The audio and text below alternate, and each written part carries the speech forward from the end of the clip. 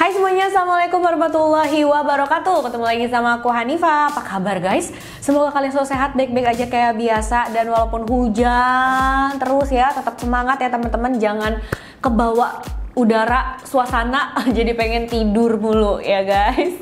Semangat terus guys. Dan untuk kalian yang baru pertama kali nonton video aku, selamat datang juga. Jangan lupa di like video ini kalau kalian suka, dan jangan lupa di subscribe.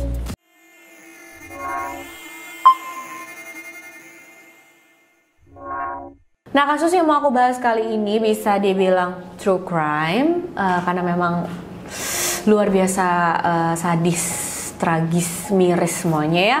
Tapi bisa dibilang kisah survive juga. Karena seorang remaja berumur 15 tahun berhasil lolos dari seorang pembunuh kejam dan pelaku pelecehan seksual pada anak. Aduh. Greget ya kalau sama pelaku yang kayak gini nih, bener-bener parah. Apakah dia benar-benar bisa lolos dan gimana caranya ya teman-teman? Langsung aja yuk kita bahas.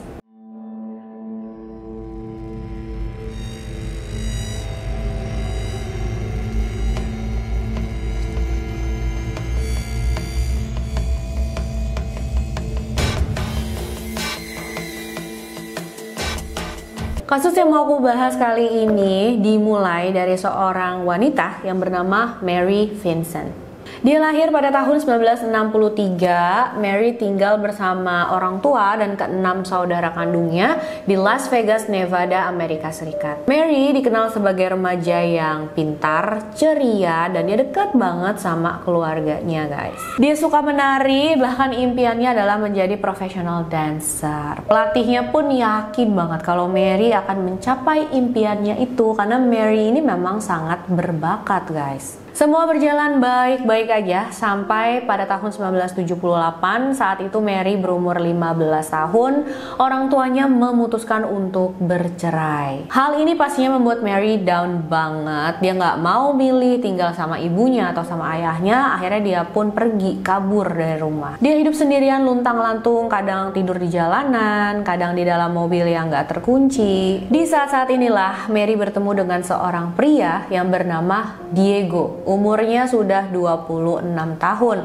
Lumayan jauh ya, lebih tua dari Mary. Ada yang bilang kalau Diego ini adalah pacarnya Mary, tapi ada juga info yang bilang kalau mereka itu cuma temenan aja.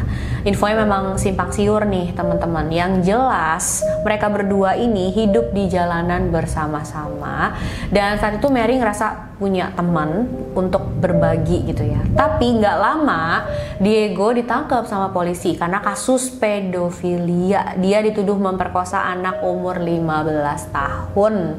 Tapi itu bukan Mary ya guys. Setelah Diego ditangkap, Mary ngerasa kesepian lagi. Dia udah mulai bingung nih harus ngapain. Karena biasanya kalau ada Diego yang menyiapkan segala sesuatunya untuk Mary adalah Diego. Entah itu makanan atau tempat untuk tidur. Karena udah nggak ada Diego di sana, akhirnya Mary memutuskan untuk pergi ke rumah kakeknya yang ada di Los Angeles, California. Dan Mary pergi ke rumah kakeknya itu dengan cara menumpang mobil orang lain, atau sebutannya adalah hitchhiking. Dari info yang aku dapat, di tahun 70-an itu kan memang masih banyak banget orang yang belum punya mobil ya di sana. Jadi walaupun memang sangat beresiko, masih banyak juga yang pergi kemana-mana dengan cara menumpang mobil orang lain kayak gitu. Dan Mary pun berhasil sampai di rumah kakeknya dengan cara hitchhiking ini. Beberapa lama Mary tinggal bareng kakeknya. Dia ngerasa kangen banget sama orang tuanya.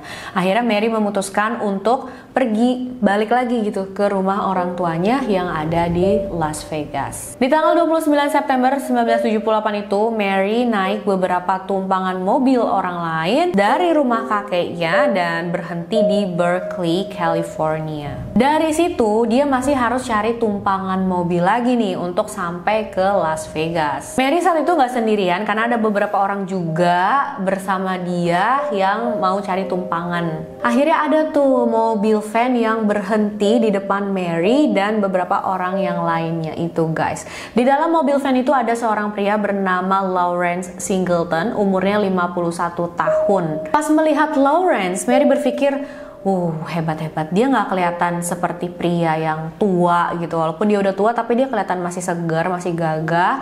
punya senyum yang bagus, dan kayaknya dia itu pria yang baik deh. Lawrence bilang ke Mary, aku juga menuju selatan nih, kamu mau bareng sama aku? Dan Mary pastinya mau ya, karena dia memang lagi nungguin mobil tumpangan. Nah, terus yang lainnya juga ikut kan, pengen masuk ke dalam van tersebut.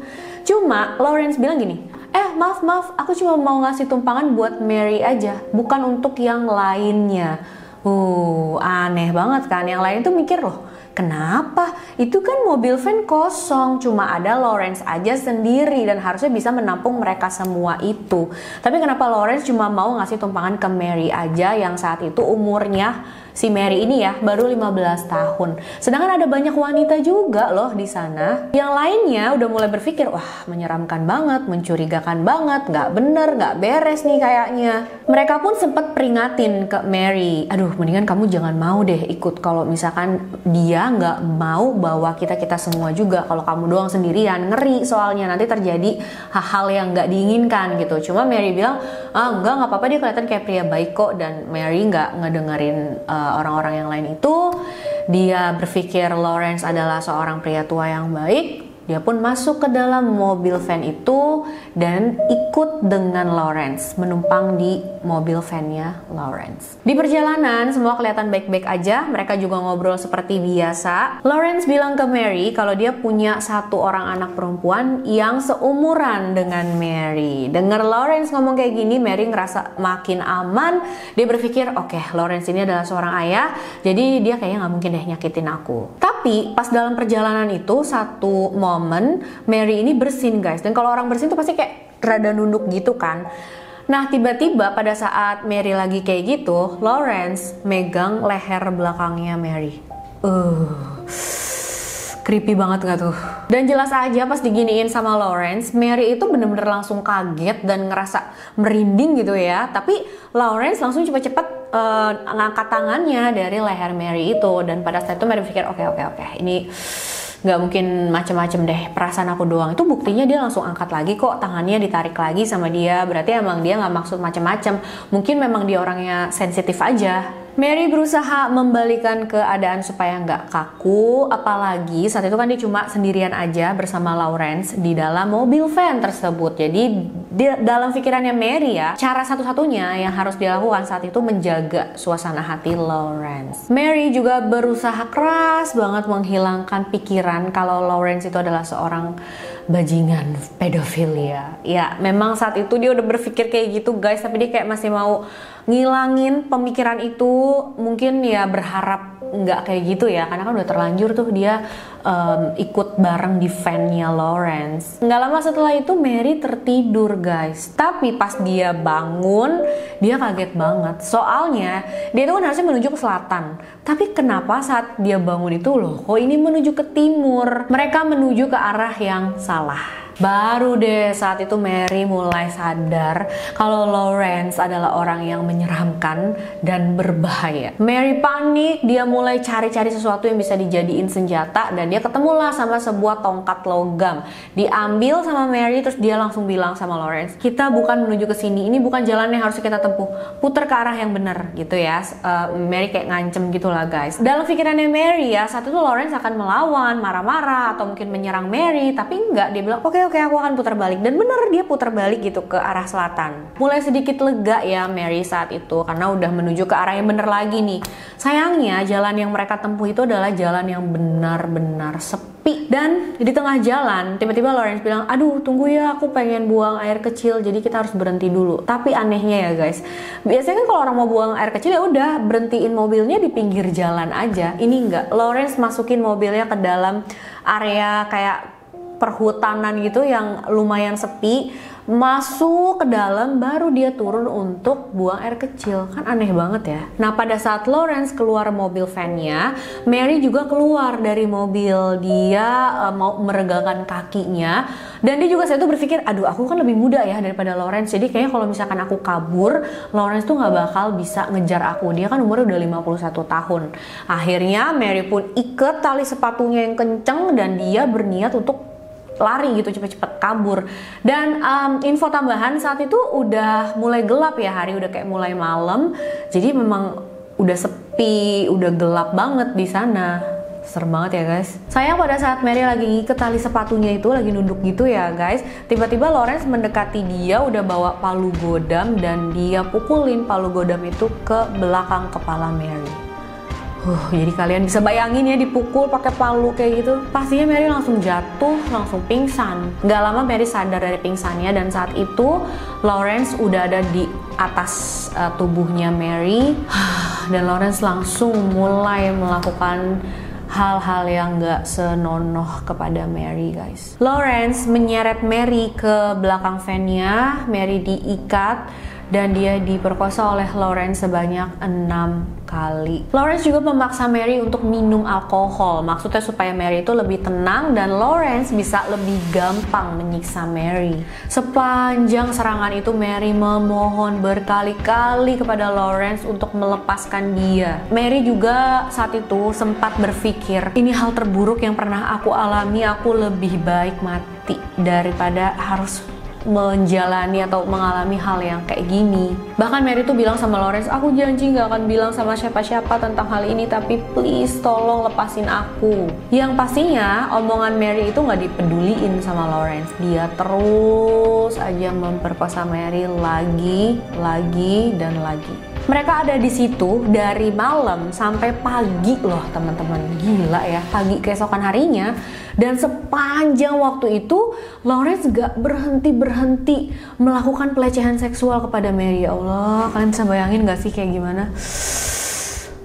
Parah banget ya, kasihan loh. Karena Mary itu kan baru 15 tahun ya guys. Dia kayak belum bisa menilai seseorang dengan baik pastinya. Pagi harinya itu, Lawrence masih belum selesai menyiksa Mary. Dia menyeret Mary ke jalan gurun yang sepi. Habis itu Lawrence lemparkan Mary ke bawah dan langsung memukuli Mary dengan sangat brutal. Aduh, merinding loh aku nyeritain juga. Ini kenapa ya? Kok dia sampai kayak gitu banget loh guys? Dan untuk selanjutnya yang terjadi ini lumayan grafik. Jadi untuk kalian yang kira-kira nggak mau denger, boleh di skip aja ke menit yang ada di layar ini ya guys. Saat itu pun Mary masih terus memohon kepada Lawrence untuk dilepaskan. Tolong lepasin aku nggak akan bilang sama siapapun gitu ya. Akhirnya Lawrence menjawab, oke, kamu mau aku lepasin? Mau aku lepasin kan kamu? Oke, aku akan lepasin kamu. Dan Lawrence itu langsung ke belakang mobil van-nya. Dia ambil kapak dari kotak peralatannya dan dia deketin Mary lagi. Terus apa yang dilakukan Lawrence guys? Dia langsung boom, memotong tangan kiri Mary. Dipotong langsung kayak gitu aja guys, di bagian bawah sikunya. Aduh, astagfirullahaladzim. Dan pastinya saat itu Mary langsung menggeliat di tanah kesakitan. Ya ampun Tuhan, kok bisa segini kejamnya ya. Masih lanjut lagi loh Lawrence.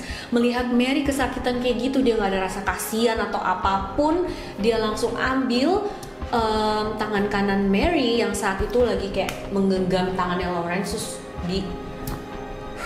potong juga sama dia tangan kanan Mary di bawah siku juga guys. Gak sampai situ aja, setelah melakukan hal kejam ini, Lawrence menyeret Mary lagi ke sebuah jurang, terus dilemparin ya Mary ke bawah jurang setinggi 9 meter tersebut. Setelah itu Lawrence nyempetin tuh turun ke bawah untuk ngeliat kalau tubuhnya Mary sudah ada di tempat yang tersembunyi yang susah ditemukan oleh orang lain.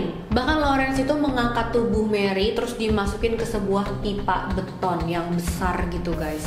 Jadi saat itu Lawrence sudah merasa dia udah aman banget, dia akan lolos dari kejahatannya ini karena dia udah taruh Mary di tempat yang tersembunyi, nggak mungkin ditemuin orang. Apalagi saat itu Mary juga keadaannya udah sangat parah, dia kehabisan darah, dia udah lemes banget, banyak luka-luka di tubuhnya. Jadi Lawrence berpikir dikit lagi juga Mary akan meregang nyawa. Tapi Lawrence salah guys, karena ada semangat yang luar biasa di dalam diri Mary.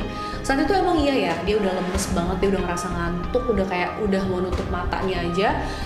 Tapi dia berpikir, aku gak boleh nyerah. Karena menurut Mary saat itu yang dia pikirin bukan keselamatan dirinya sendiri doang, tapi dia berpikir gimana kalau Lawrence nanti menyakiti orang lain lagi. Jadi dia tekankan di dalam dirinya, kamu harus kuat Mary, kamu harus kuat, kamu harus keluar, kamu harus bisa laporin Lawrence itu ke polisi supaya dia bisa ditangkap dan gak akan menyakiti orang lain lagi. Jadi Mary mengumpulkan semua kekuatannya dan dia keluar dari pipa beton itu.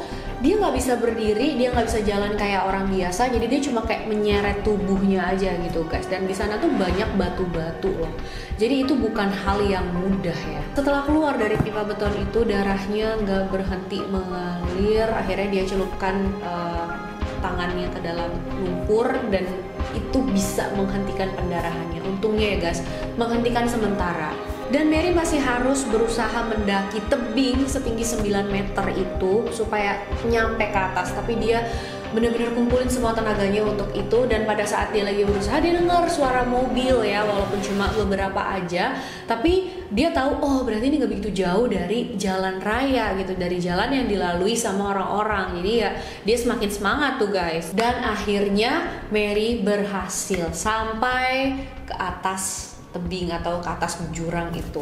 Setelah itu Mary masih tetap harus berusaha berjalan 1 kilometer lagi sampai ke jalan raya yang dilalui banyak mobil. Sampai di pinggir jalan itu Mary berusaha menghentikan beberapa mobil, tapi kebanyakan dari mereka nggak mau berhenti karena melihat kondisi Mary yang udah sangat parah itu kan, penuh dengan darah. Terus ya mungkin orang takut gitu mau berhenti, ini dia kenapa? Takut bahaya atau gimana mungkin ya guys. Tapi akhirnya ada satu mobil yang berhenti dan menolong Mary. Mereka adalah pasangan suami istri yang lagi bulan madu di sana. Dan kalian tahu gak nih, yang luar biasanya ya, harusnya pasangan suami istri itu nggak perlu ngelewatin jalan tersebut, tapi mereka tersesat ke situ dan bertemu dengan Mary. Jadi kalau mereka nggak tersesat, ya mungkin mereka nggak bisa menolong Mary ya. Mereka langsung berhenti menolong Mary, mengobati luka-luka Mary. Mereka juga mencari telepon umum terdekat untuk menghubungi tim medis. Mary segera dijemput oleh helikopter dan dia dibawa ke rumah sakit terdekat. Luar biasanya, walaupun Mary sudah kehilangan 50% darahnya saat itu, tapi dia berhasil selamat. Walaupun memang butuh waktu yang lumayan lama untuk Mary pada akhirnya bisa benar-benar pulih. Mary juga dipasangkan tangan palsu gitu ya teman-teman. Dan setelah pulih pun Mary harus menceritakan lagi kejadian yang membuat dia trauma banget, yang sebenarnya udah nggak mau dia inget-inget lagi. Tapi dia harus ceritakan itu, dia harus berani, dia harus bisa demi pelakunya bisa tertangkap. Mary memberikan ciri-ciri Lawrence dengan sangat akurat. Dibikinlah sketsanya ya sama seniman dari kepolisian dan dibagikan sketsa itu ke publik. Nah, setelah sketsa itu dibagikan ke publik, ada nih salah satu tetangganya Lawrence yang melihat berita, melihat sketsa itu dan dia mengenali, wah, ini Lawrence nih. Langsung nih tetangganya Lawrence ini nelfon polisi dan melaporkan. Pada tanggal 9 Oktober tahun 1978 itu Lawrence berhasil ditangkap oleh polisi. Polisi mulai mencari tahu kan latar belakang kehidupannya Lawrence ini, dia orang yang seperti apa gitu. Dan ternyata Lawrence ini lahir pada tahun 1927 di Florida. Dia tinggal bersama orang tua dan ke-6 saudaranya. Pas lulus SMA, dia bertugas di pangkalan militer Amerika Serikat yang ada di Korea. Setelah pensiun, Lawrence menjadi pekerja laut, kerja di kapal-kapal besar gitu ya teman-teman. Dan dia juga sudah pernah menikah sebanyak 2 kali, tapi pernikahannya ini semuanya gagal. Dan Lawrence juga adalah pecandu alkohol berat. Sudah bukan rahasia lagi kalau pada saat dia mabuk, Lawrence akan bertingkah semaunya, jadi kasar dan suka main kekerasan. Pokoknya dia jadi nggak terkendali banget deh guys. Kemudian pada umur 50-an, Lawrence berhenti juga bekerja di kapal-kapal itu dan akhirnya dia pindah ke Nevada untuk menikmati masa pensiunnya. Menurut info yang aku dapat, Lawrence ini punya 1 anak perempuan memang, tapi hubungan dia dengan anak perempuan itu nggak akur. Karena seperti yang aku bilang tadi, Lawrence itu kan kalau mabuk jadi kasar, main kekerasan gitu ya. Dan dia sering pada saat dia mabuk dia memukuli anaknya, bertindak kasar ke anaknya. Karena ini anaknya jadi nggak mau punya hubungan apa-apa lagi dengan Lawrence. Pas diinterogasi, awalnya Lawrence itu ya nggak langsung mengaku ya teman-teman. Dia mengelak, dia bilang memang aku ngasih tumpangan Mary dari area Berkeley, California, tapi nggak cuma Mary doang kok sendiri yang naik ke van aku. Ada juga 2 orang cowok lain yang bernama Larry dan Pedro. Jadi mereka berempat ceritanya dalam van itu. Lawrence menyalahkan semua hal yang terjadi pada Mary ke Larry dan Pedro. Entahlah mereka ini siapa ya guys. Dan ternyata memang mereka berdua ini cuma karangannya Lawrence aja. Petugas mulai mencari-cari bukti untuk mendakwa Lawrence. Petugas menggeledah rumah Lawrence dan di sana mereka menemukan rokoknya Mary dan juga sisa-sisa baju Mary yang berusaha dibakar oleh Lawrence. Dari sini terbukti kalau Lawrence itu memang pengen menutupi kejahatan yang dilakukan, pengen menghilangkan bukti-bukti, makanya dia mau membakar pakaiannya Mary ya guys. Selain itu, petugas juga tahu kalau Lawrence baru aja melepas karpet yang ada di van-nya dan membersihkan seluruh area van-nya dengan sangat-sangat detail. Luar biasanya lagi nih teman-teman, petugas berhasil menemukan salah satu tangan Mary sekitar 160 km dari tempat kejadian. Akhirnya dengan semua bukti yang ditemukan petugas dan juga kesaksian dari Mary, mereka berhasil membawa Lawrence ke pengadilan. Lawrence didakwa atas tuduhan penyiksaan pada Mary. Sidangnya dimulai pada bulan Maret tahun 1979 dan di persidangan itu Mary harus menghadapi mimpi buruknya lagi. Dia harus berhadapan dengan Lawrence cuma beberapa meter aja ya di dalam ruang pengadilan itu, dan dia juga harus menceritakan semua kejadiannya lagi. Tapi perjuangan Mary ini gak sia-sia ya guys, karena Lawrence akhirnya dinyatakan bersalah dan dia diberikan hukuman selama 14 tahun penjara. Menurut kalian itu hukumannya cukup nggak teman-teman? Karena ya pada saat itu infonya memang hukum di California untuk kasus penyiksaan maksimum itu adalah 10 tahun, dan untuk Lawrence itu malah udah ditambahin 4 tahun ya, jadi 14 tahun. Dan guys, mirisnya lagi setelah kejadian ini keluarga Mary itu malah sikapnya jadi berubah kepada Mary, dan berubahnya juga ke arah yang nggak enak gitu. Mereka jadi acuh nggak acuh ke Mary. Nggak ngerti sih, gak habis pikir ya, kenapa mereka bukannya support Mary, padahal Mary ini kan adalah korban ya guys. Padahal di saat seperti itu harusnya Mary ya butuh banget support dari keluarganya kan. Selama beberapa waktu Mary itu dihantui rasa takut kalau suatu hari Lawrence dibebaskan dari penjara dan dia akan mencari Mary, menyerang Mary lagi. Tapi Mary tetap berusaha untuk bisa move on, melupakan semua itu dan memulai kehidupannya lagi yang lebih baik. Apalagi saat itu kan Mary masih muda banget ya, baru umur 15 tahun guys.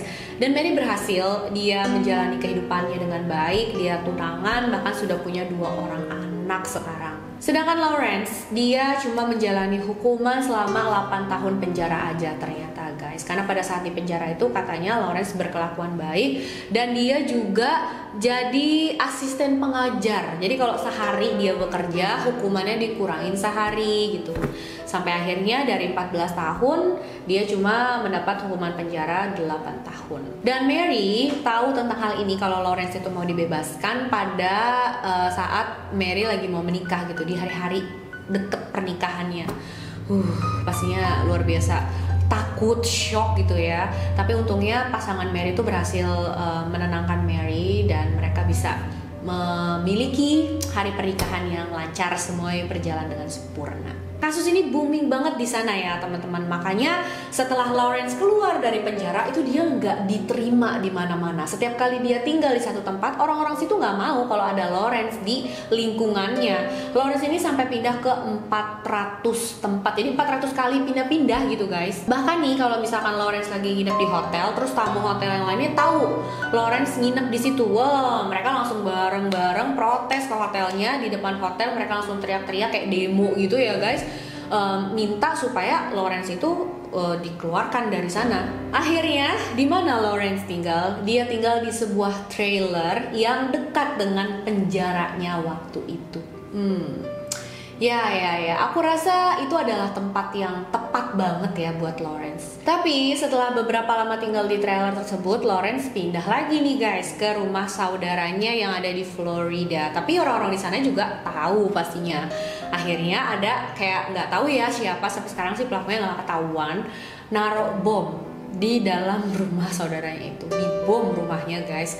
Tapi untungnya sih nggak ada korban jiwa. Bahkan ada orang yang nawarin Lawrence uang sebesar $50.000 untuk dia bisa pergi gitu dari Amerika. Udah pergi deh kamu sana dari Amerika nih, aku kasih duit segini, yang penting kamu jangan balik-balik lagi ke sini.